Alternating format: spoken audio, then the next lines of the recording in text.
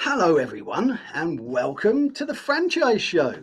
This is the show where we get under the hat of some of the most important topics in franchising. And this week, we are talking franchising in Australia with Doug Down Under. Doug Downer. It's fantastic to have you here, Doug. I understand that you've just recently arrived from Australia, ready for the exhibition this week. Is that right? Correct. Flew in this morning and driving up to Birmingham tomorrow to get ready for the Franchise Expo there. Fantastic. Well, I hopefully I will see you in real life when I'm there as well. Perhaps you could kindly introduce yourself and let us know a little bit about what you do and give us a little bit of an introduction to franchising in Australia. And quickly before you do that, I will say that this is a live show. Well, it's live if it's 5:16 or thereabouts in the UK. So if you are here live, please pop in a comment, say hello, and ask questions. Anything you want to know about franchising in Australia, and Doug will do his very best to answer it. So, Doug, over to you. Give us a little introduction into what franchising in Australia is like. Thanks, Harvey, and thanks for the opportunity to speak with your audience. So welcome, everybody. Doug Downer is my name. I've trademarked the moniker of the franchise guy. I started my career in franchising back in 1983. I spent 14 years with McDonald's. I then ran 8 franchise systems at director or CEO level. I bought a master franchise from the US to Australia and grew that to 20 units before selling that to one of my franchise partners. So that I could focus on what was a side hustle business for me. And that was a franchise consulting business that's now called Franchise Ready. Today, we're the biggest, and I'm really proud to say the best at what we do in Australia. We've got about 60% market share. So there's about 40 franchise consulting firms in Australia, and we'll do over 60% of the work this year. And we've also, in the last 12 months, launched an international division of our business. So we've franchised Franchise Ready, and we're operating here in the UK, also in India, the Middle East, and through Asia.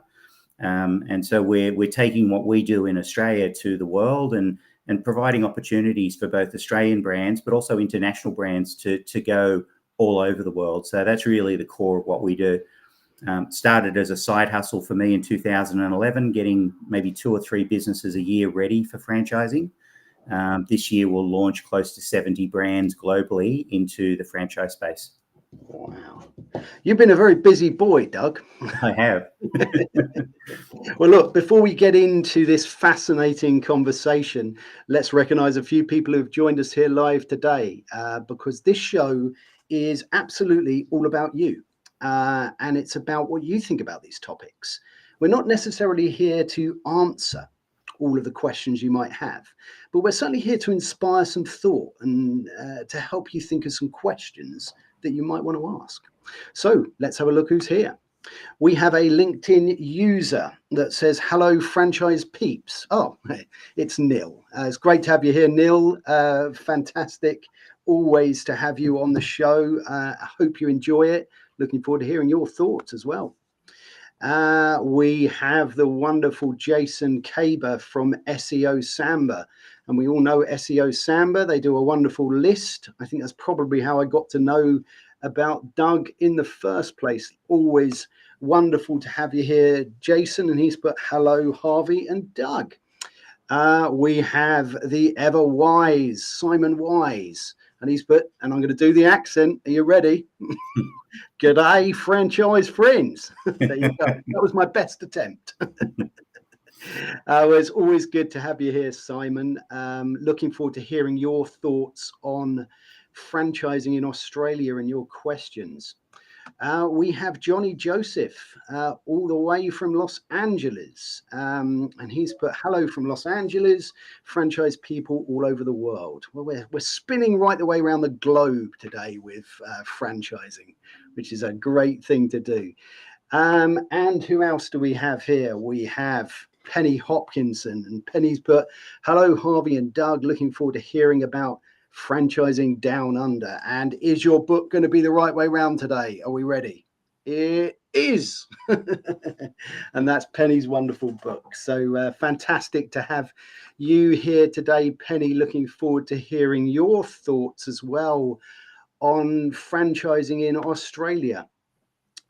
We have the wonderful Sia here.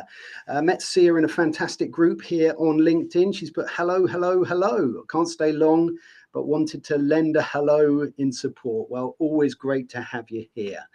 And we have Neil Newman. Now, Neil Newman is one of our new sponsors. We started with his lovely logo up, and we're going to put it up right now because it's one of my favorite colors. Great to have you here, Neil. Neil's put, hi, thanks for the invite. Looking forward to it. Well, we are looking forward to it too, Neil. Let's have a look. We have David Killeen here. Great to have you here, David. David is the CEO of the Irish Franchise Association and many other things. And we're looking forward to doing things with you, David, in the future too.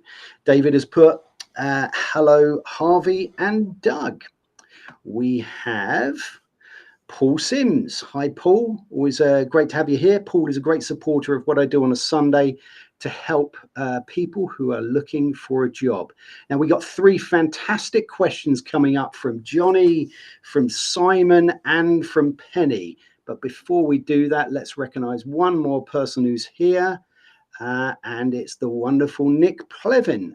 Nick is one of our lovely sponsors, a fantastic chap from eTalent, and he's put hello from sunny Scotland. So we have Scotland, we've got Ireland, we got Los Angeles, we got Australia, we got the UK. We are all over the world today. So listen, it's fantastic to have you all here. Thank you so much. And let's, if you're ready, Doug, let's get straight into this and have a good question. So let's start with a question from Penny. And Penny has put, what, if any, are the key differences in franchising between our 2 countries? What a great place to start, and a big question there. But what are some obvious differences? I mean, are there some regulatory differences between here and the UK, the Wild West of franchising? Yeah, Harvey, that's probably the most significant difference is the regulation that exists. So Australia is very similar to the US in that we have disclosure law. So that adds to the administrative component of franchising, in that you'll have your standard franchise agreement, which will be very similar. We've launched a few brands into the UK, so fairly familiar with franchise law in the UK. But the disclosure requirement is an additional piece of legislation that's in place, very similar to the US. It constitutes about a 60-page document. And I guess the way I describe the disclosure document is it's the franchisor's obligations of disclosure to a potential franchisee to assist a franchisee make an informed decision about coming into that franchise. So it'll include the key office holders, the financial performance of the business, and all of the both establishment and operating costs associated, and any litigation. It also includes all of the franchisees, both past and present, all of their contact details. So that enables a prospective franchisee to make contact with both exiting and existing franchisees of that network, so they can make a really informed decision about entering that franchise. So that's probably the key difference between Australia and the UK, and for that matter, the rest of the world. But I think there's a lot of parallels. The business success rate in franchising is very similar in Australia to the rest of the world. The number of entries and exits is very similar as a percentage of the total network. So there's a lot of parallels. I think franchising globally, there's some real consistency of the way that we do things. We just happen to have a little bit more legislation in place. Yeah, that's really interesting. And one thing that I picked up on there is that you said there about making an informed decision, and that, do you still call it an FDD? Do you call it the same thing as it is in America?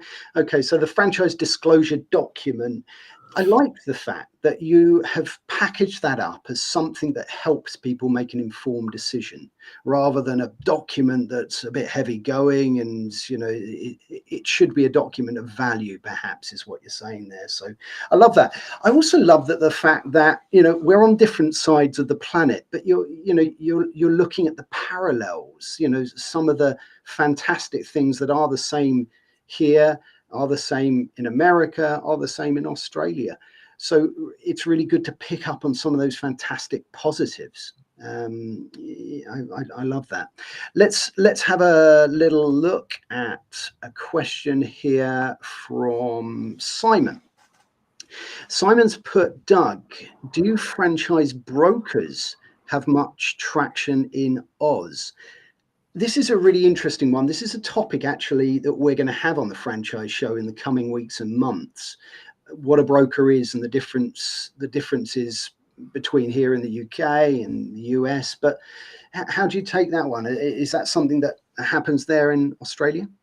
It's really different to the US. I know, having operated a US brand in Australia, they would get 60 to 70% of their franchisees from the broker network. In Australia, it's quite fractured.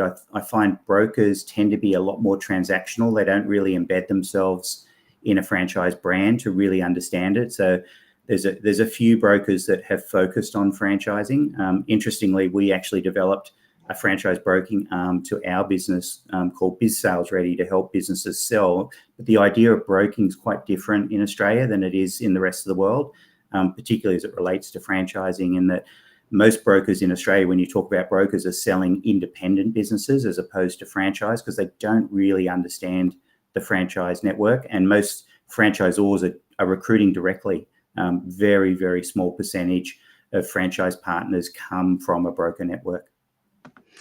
Yeah, no, it's really interesting, and we're definitely going to get into the differences on this future episode between a consultant and a broker and what they can bring to a network. It's fascinating stuff. I mean, I'm going to go to a question that I've been thinking of. So if I'm a new business, or a new franchise business, or certainly new to Australia, and I'm thinking about a market, I'm thinking of going over to Australia and launching my brand because I feel it's a good cultural fit and I feel that it's going to work there. Apart from obviously speaking to Doug Downer, which is top of the list, what are the first things that you should do as a franchisor approaching the market of Australia, in your view? That's a great question, Harvey, because we've actually seen a number of brands come into our market and not be successful when they're hugely successful in their own market. I could rattle off a dozen US brands that dominate in their space. And if you think about the UK, we've had Jamie Oliver's has brought 3 different concepts to Australia and have failed each time. Wagamama's, they got to 15 restaurants and then closed. And I think that the key is understanding the differences, the tyranny of distance. And the ability to support, whether it be a master or a direct operation. We have the highest labor cost in the world. To give you some perspective on that, I'm actually a franchisee of a couple of brands, and my team members earn close to $29 an hour on a normal day and up to $50 an hour on the weekend. So understanding the labor market differences, supply chain, particularly if you've got a proprietary product, how do you get that into Australia? But the biggest challenge I see with brands coming into the Australian market is not doing the requisite research and understanding what's the competitive landscape, what adjustments might I need to make to my business model, and what are the labour implications and other operating expense implications on the business. Rents are fairly high in Australia, so you really need to do your research and understand the landscape. And that's one of the things that we do. We brought a number of brands into Australia and we take a number of brands out, but actually understanding the market you're going into and determining whether it's feasible to actually go into those markets. Some fantastic advice there, Doug, and some things that probably a few people are surprised about. I don't know if everybody knows that the Australia has some of the highest labour rates in the world. And when you take a brand, you mentioned a few there, Wagamama's, some big brands there that I don't know, maybe they feel invincible, then go to any market they want. But actually, it's not the case. You still need to look at what market you're going to and do your due diligence. You know, it's really key to it. Let's have a look at a few more questions that have come in here. Oh, I'm just going to introduce somebody who has come to the show, and it's Leslie Flowers. She's got several shows herself. Fantastic lady. Definitely follow Leslie Flowers, and does a show all about the book Think and Grow Rich. A fascinating book. And a fantastic lady. And she put, greetings, David and Harvey. One of the reasons I put her up is she's just taken the words right out of my mouth there. And Leslie has put due diligence, great point for all businesses. Yes, Doug. Well, yeah, absolutely. Everything you're saying there about competitors, about labor rates, you know, it's all about doing that due diligence, isn't it? And I think a lot of franchisors make a mistake when they look at international expansion in any sense. I think sometimes what happens is they wait for a lead or an inquiry to come to them from a region and then think, should we go to that region? But I think a more proactive approach is perhaps the better way. You know, what regions suit our brand, you know, and then do your research as to whether that can be backed up. But look, I'm going to shut up because we've got a lot of questions coming in here. And I said, this show's all about you, and it is. It's not about me. This is a message from David Killeen, CEO of the Irish Franchise Association. And David's put, hi, Doug. Do you have any specific reference point for international research highlighting the success of a business format franchising successes versus standalone startups? It's an interesting question. You mentioned there, Doug, that the statistics in Australia for success rates are similar to that around the world. I mean, can you put some numbers to what the successes are, and how do you approach this question here from David? It's a hard one without doing really deep research. So you've got to rely on experts in each market. So if we're looking to go into a market, we'll look at that marketplace. And that was part of the decision for us in franchising our business and actually having boots on the ground, because I found when I was trying to bring Australian brands into the UK or into the US or vice versa, unless you've got feet on the ground and understand that marketplace, you know, you've got a lesser chance of success. So that's the reason we franchised. But you really tap into the expertise that exists within the market that you're considering. And I think what you said earlier, Harvey, is very pertinent, and that is how easily could your business transition into a new market? Is it going to be acceptable if it's a food business from a taste point of view? If it's an outdoor business, is the climate going to impact on that? So it's really tapping into experts in each market. And you know, certainly where we're not represented, we have a partner in the US that we liaise with.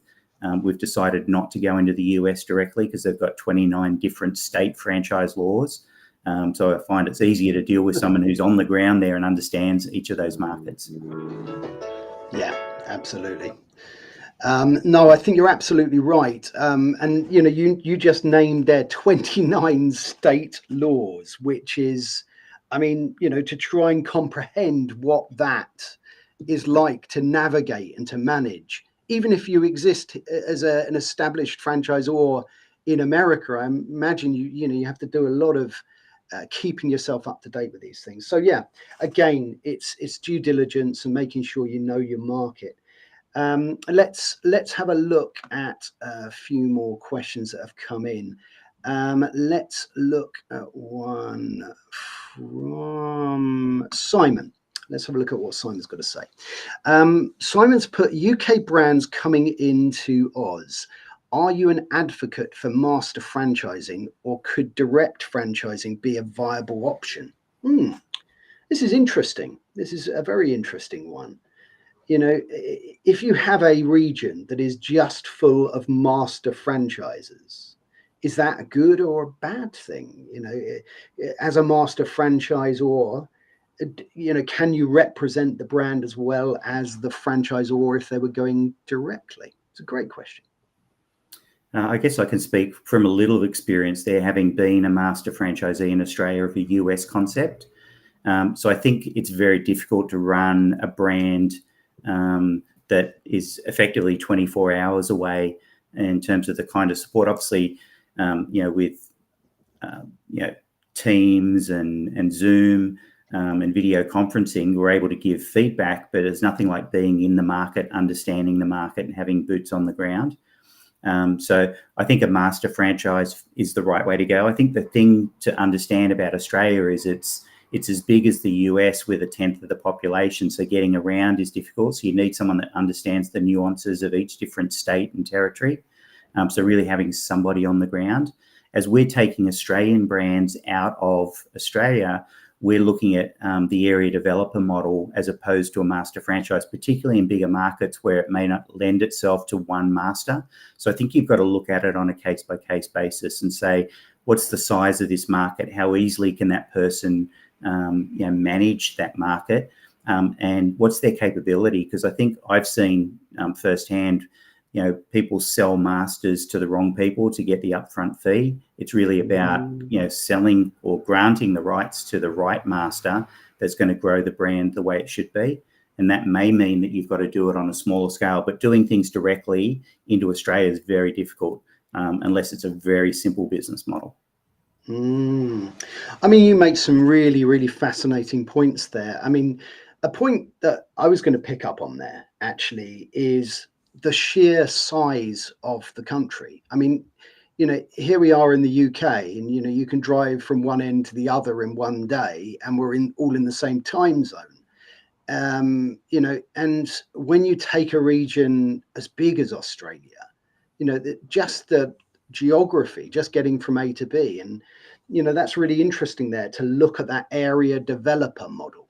You can take a region and know what comes into that region, and and where people might want to put a different type of business.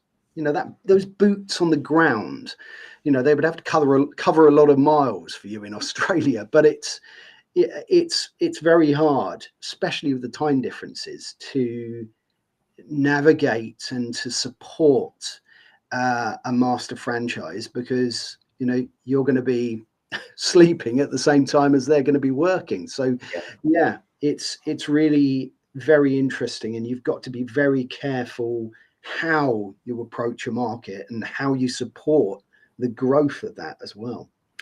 I mean, another thing that I wanted to pick up on was changing things, like if it's a food or that type of franchise, you've really got to appeal to the taste demographics of a region that's completely different to your own. I mean, I was speaking to someone the other day, and they said that sometimes when you're approaching international franchising, you should be adaptable and flexible to the point where the only thing is the same is your logo. And I don't know if we can go quite that extreme, but it appears that you're certainly an advocate of flexibility on the brand when you go to a different region. Would you say that's the case, and is that important? Absolutely. I mean, I can quote two cases in point, having worked for both these brands, McDonald's and Krispy Kreme, when they first came into the Australian market. Now, having said that, I should preface it by saying they've been hugely successful in Australia, but neither of them made money in the first 10 years of their operation. And part of that was not customizing. They took a US model and transported it straight into the Australian market. So the build costs were 2 to 3 times what it would have cost if you sourced it locally. They'll bring a lot of their products in from internationally. So I think you've got to have a really good understanding of the market that you go into. Everyone eats donuts, everyone eats hamburgers, but what are the differences? We've seen a number of US brands that are hugely successful, the likes of Wendy's, who's now looking to come back into the Australian marketplace. Carl's Jr. has just closed 35 restaurants a matter of weeks ago. And you could argue that their burgers, in some cases, are actually better than a McDonald's burger. You've got McDonald's with 1,000 stores because they've customized. They created the McCafe concept, and they've pioneered some products that suit the Australian palate. So I think being flexible is very important. So many things you've said there have resonated with me. I was speaking to somebody only the other day about Wendy's, and they were involved in the launch of Wendy's into Europe from the US a number of years ago, which completely failed. And it completely failed because of that lack of flexibility and adaptability. And now Wendy's are very successful because, that they've realized that, any brand, when you go into a new region, you've got to do your due diligence. You've got to understand what that market is, and accept the fact that you're going to have to make some considerable changes for the success of that. So fascinating. Harvey, I'll just share with you another really good example, and that is Starbucks coming into the Australian marketplace. When they first came in, they grew very quickly. They paid big rents, and they thought that because of their success globally that it would work in Australia. But Australia's got a pretty sophisticated coffee culture. So Starbucks very quickly got to 90 stores, but then closed 65 of them. Now, there's a new franchisor that has that brand, and they've done a phenomenal job with it, but they've tweaked the menu to suit the Australian palate while still tailoring to the international client that comes to the Australian market. So that's a really good example of a very successful business that didn't understand, the Australian consumer and their expectations of coffee. Yeah, I mean, some real examples there. Really, they really stand out. You take a brand like McDonald's and Krispy Kreme, and that they didn't make any money for 10 years. Because they didn't do this due diligence. They didn't get it right. They didn't quite, but they're great brands, and now they're doing great guns. And you take Starbucks starting with 90 and then closing 65. You've got to do it at the right pace. You've got to understand what your market wants. And a market can be a mixture of international and homegrown customers. And therefore then appealing to that. I suppose it depends where you open. I guess if you open in something like an airport, then you can have a little bit more of an international feel, and something that perhaps is closer to where that brand perhaps began. But the more you go out into the into the country, the more you've got to let it appeal to the local demographic. Let's just make sure we recognize everybody who is here. We have the wonderful Donald Cohen, a great friend of mine, and taught me everything I know about live streaming. So if you like what I do, then please go and check out Don and his fantastic show. Great to be here with Harvey and Doug. Always a great opportunity to learn and share together. Well, it's always fantastic to have you here, Don. If you have just joined us today, this is the Franchise Show, and today we are talking all things franchising in Australia with Doug Downer, the one and only, the franchise guy. And in fact, actually, we might as well get on to this point. How have you become the franchise guy? Trademark. I will put that. Well, it's funny, Harvey. I built my business off LinkedIn and building a profile and a personal brand. I don't know what you're talking about, Doug. Written a couple of books on franchising as well, which helps position you as a thought leader. But what I found was I participate in everything that I can. I go to expos. I was in Saudi last week, Singapore the week before that. I'll be in Mumbai in 2 weeks' time. So I'm traveling the world, learning about global franchising and also how we can take brands all over the world. So I do a lot on LinkedIn, not so much that I do too much, too many posts. But I found when I was going to events, people would walk up to me as if they knew me. And so you really, if you're consistent and persistent on LinkedIn, you can build a profile. And I guess where the franchise guy came from was that was pretty much what everyone was calling me when I'd go and shake their hand or meet or greet them would be, oh, you're the franchise guy. And so it just stuck. So I thought, well, I'm building a personal brand. Why not trademark it and own that piece? Fantastic. No, good stuff. Good stuff. Let's have a little look at a question here from Simon. And Simon's put, do you have any benchmark costs for franchise agreements, manuals, FDDs, etc.? Yeah, I suppose it's a good question. If you are looking to try and set yourself up, yes, you've got to do your due diligence, and yes, you've got to make sure all of your ducks are in a row. I'm not even sure what that expression means, but but obviously there's going to be a financial cost as a brand to enter a market. Is it going to be costly for a brand to think Australia is the place for me? But where does that sit, or does it depend on the brand a little? Yeah, I think where we've tried to position ourselves, Harvey, is as a really affordable franchise consulting firm. We've got competitors both in Australia and internationally that are 2 or 3 times more expensive than us. But where we win out is we end up being the trusted advisor of our clients and stay with them for a long period of time. So the first thing we'll do is a feasibility report. We'll do a competitor review. We'll review their existing operation. We'll do a desktop review of their systems to see what customization might need to be made. We'll build out a financial model for a master or an area developer and also a unit franchisee to make sure that the unit economics stack up. We have a full-time GIS mapping specialist on our team. So we'll do territory mapping and identify what is the market opportunity for that particular brand. So we're completing a 50, 60-page feasibility report before we would ever take anybody's, suggest that they come into market to make sure that they've got the best chance of success. And then usually we get to be engaged by that business to support them on their journey into market. The beauty of our legislation around the franchising in Australia, we've got a franchise code of conduct. So the lawyers have to follow a set suite of documents. And so we know what those documents should cost.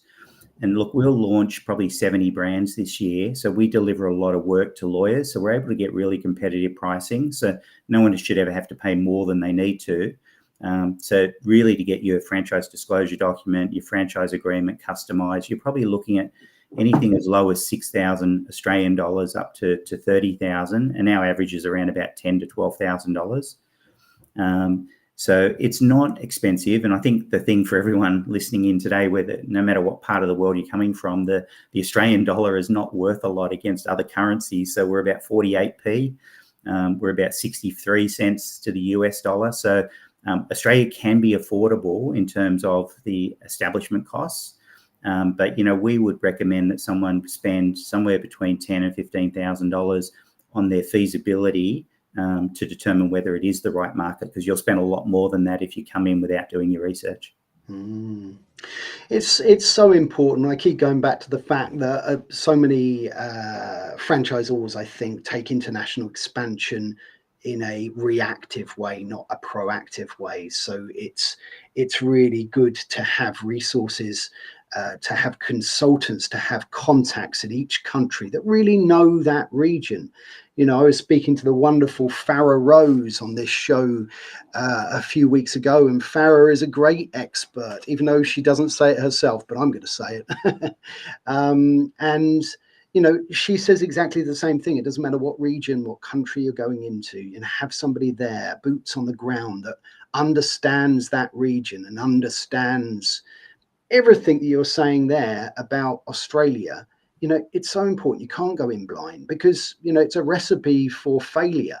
You name there some of the biggest brands on the planet that have gone in with the strength of the brand only, and it's not enough. The strength of the brand is not enough for success. It needs somebody who understands that market really well.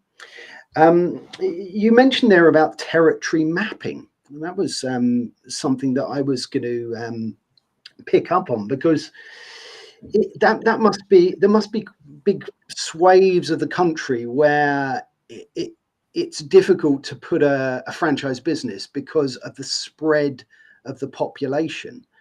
Is it really focused on particular regions, and are the big areas where franchising is not a reality and it has to be supported by perhaps more local businesses? What's your view on that?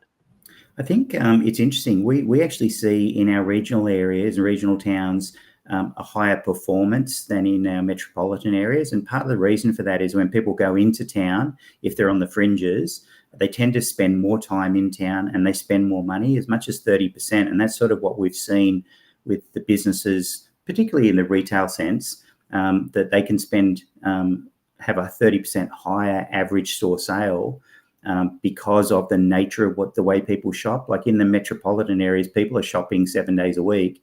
In country towns, they're shopping, 1 or 2 times a week. So they're spending more time and more money.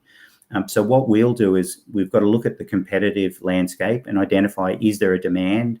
We look at things such as household income. We model all of that against the existing store network to determine whether we think a business can work. But, we've been really pleasantly surprised when you go into country towns, how well some of those businesses perform, because they want to be like the big city. The rents are lower, the cost of doing business is lower, so you can actually do really well in the more remote areas. That's really interesting as well. That you put something in a perhaps a more remote area, and it's almost a draw, a destination venue.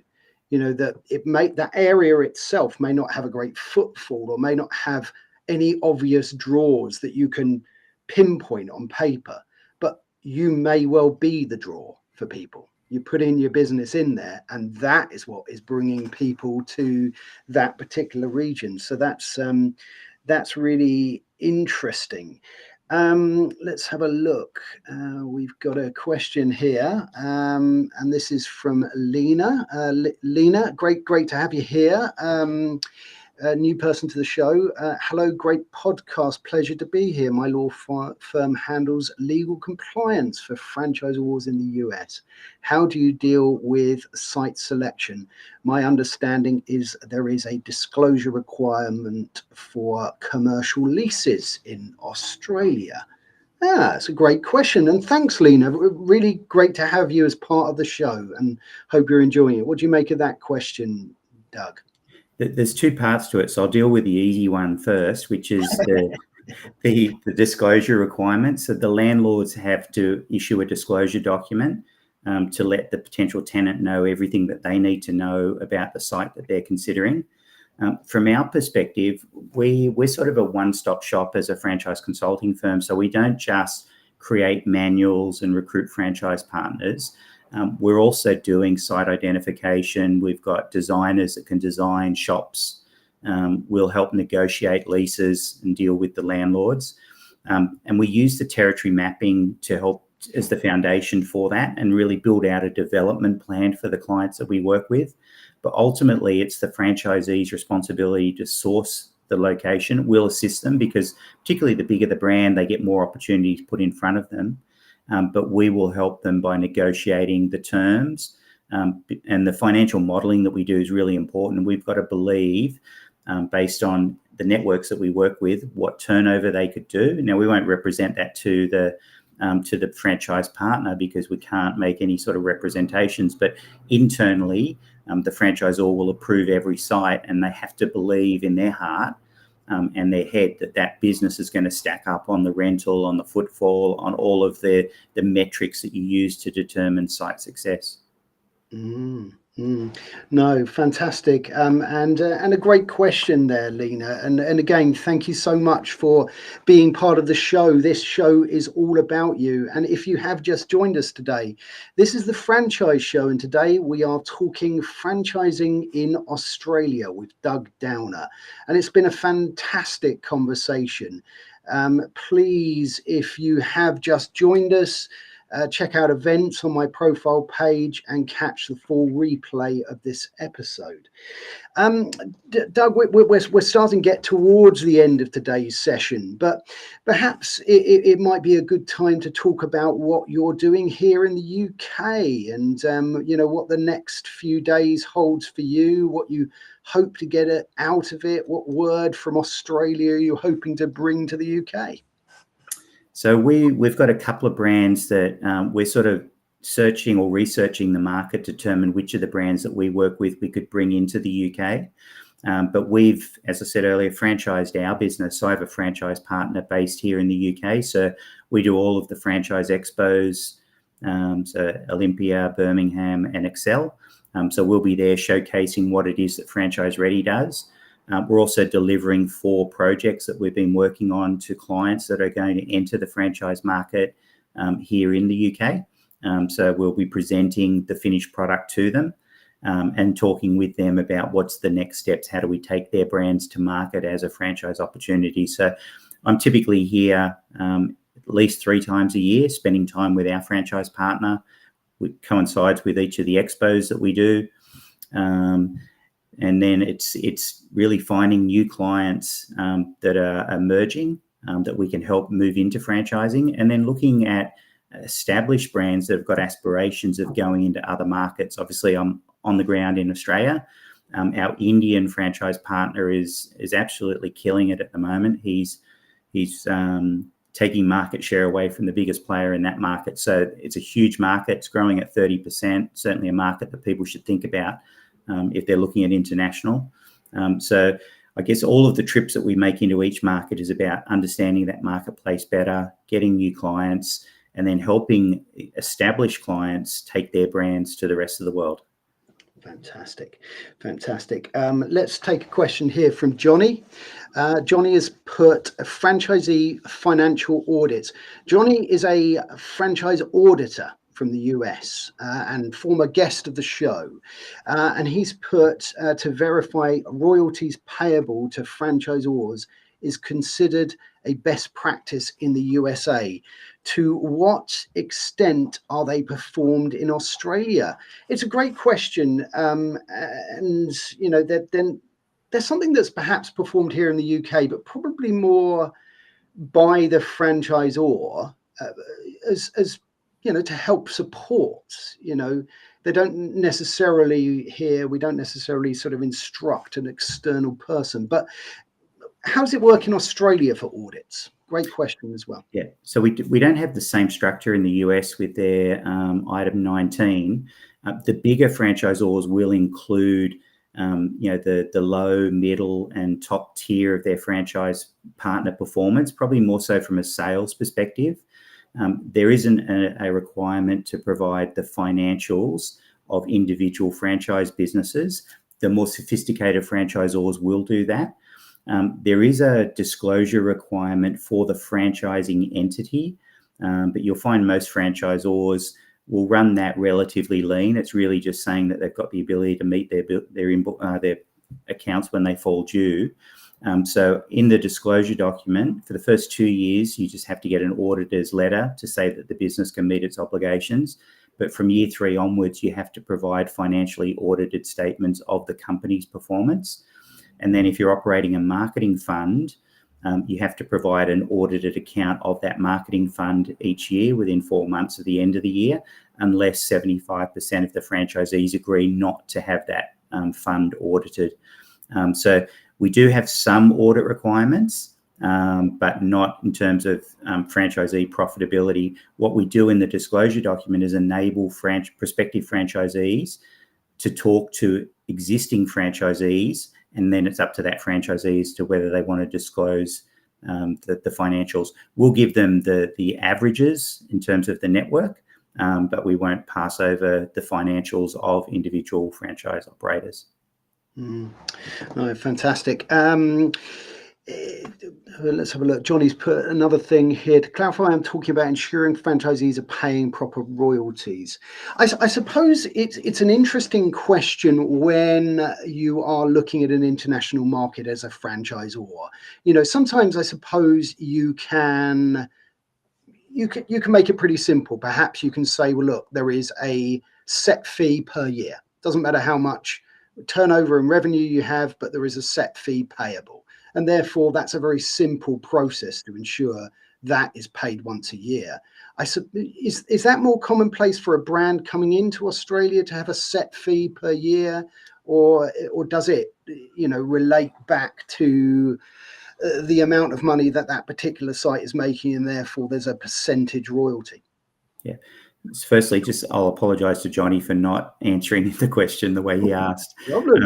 But I think what we'll do when we do the financial modelling is determine what is an effective return on investment for the franchisee, and make a recommendation to the franchisor about what their royalty structure should look like, and should that be a fixed percentage or a fixed dollar amount, and just talking through what are the pros and cons of both options. The franchise system that I brought from America to Australia had an incentive based on the higher the turnover, the lower the percentage royalty. It dropped from 20 to 10%. Over a certain threshold. So there was an incentive there. So they're the sorts of things that we'll work with the franchisor on in determining what is the right royalty structure that's going to give the franchisee the right return on their investment, but also the franchisor a fair return on investment, because setting up in a new country is an expensive exercise. So we want to make sure that all parties are going to do well out of that.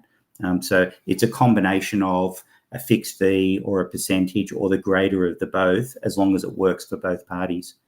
One of the interesting things, Harvey, I've seen, we've been working with a couple of international brands that have come to us and said, we want to take a 50% royalty of whatever the fee is that the master charges. And the reality is, when we model that out for them, we'll show them that actually won't work and won't enable the master franchisee to make a fair return on their investment. So it's very much a collaborative conversation with franchisors about what is the right royalty structure based on both franchise partner and franchisor getting a fair return.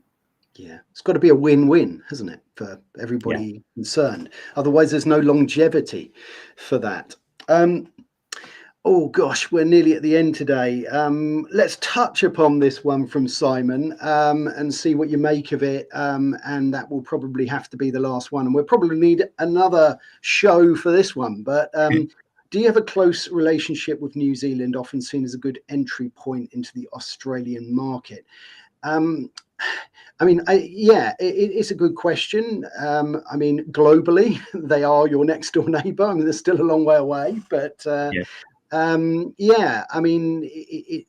you have a close relationship there? Are brands coming across from New Zealand and vice versa?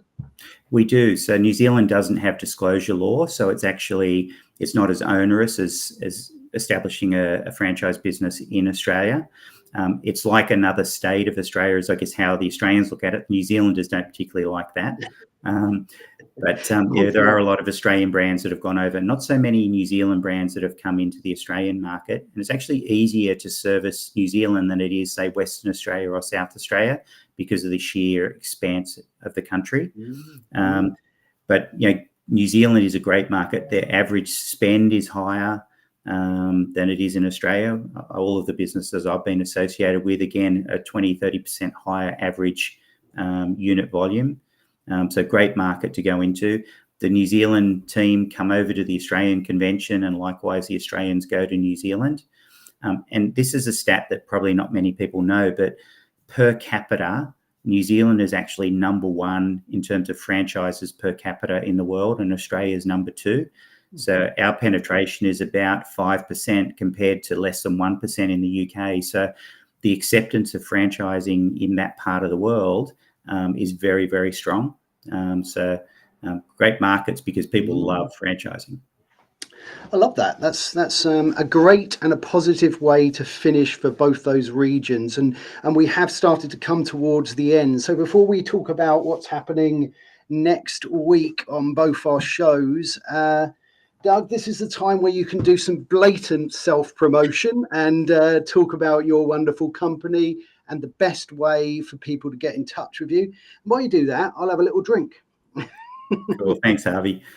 And thanks for the opportunity. So we're a very successful Australian company that's wanting to do the same thing in other parts of the world. So if anybody knows of brands that are interested in going to other parts of the world, we certainly can help facilitate that.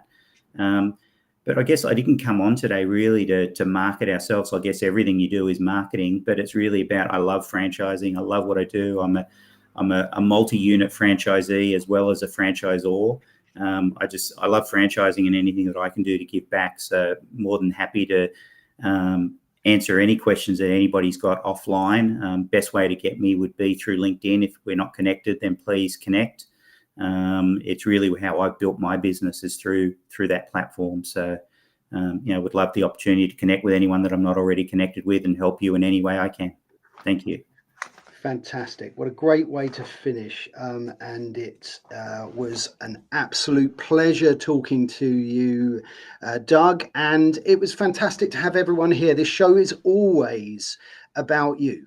It's always about our conversation together and bringing more value to franchising and thinking about the questions we can ask. And it's been such a pleasure. And I hope we can have this conversation again, Doug. So let's talk about what's happening. And there's a lot happening with the franchise show and with franchising brand stories. So this Thursday, I'm going to be a busy bee. So this Thursday at a new time for next week at 12:15 p.m. UK time, we have franchising brand stories. And we're going to be talking to Claire Monday from Tappy Toes. So get your dancing shoes ready for that one. Now, on Thursday, there is going to be a special episode of the franchise show, and it is going to be at 8:30 p.m. UK time. So it's a late one for me. And it's Franchise School. We are going to be live from a classroom in the University of Nevada, Reno, USA, where we have a franchising class, and we are going to be part of their classroom. So it's going to be a fascinating conversation all about franchising and education and inspiring a new generation of franchise professionals. So please join us for that episode. And until next time, my friends, it's been fantastic, and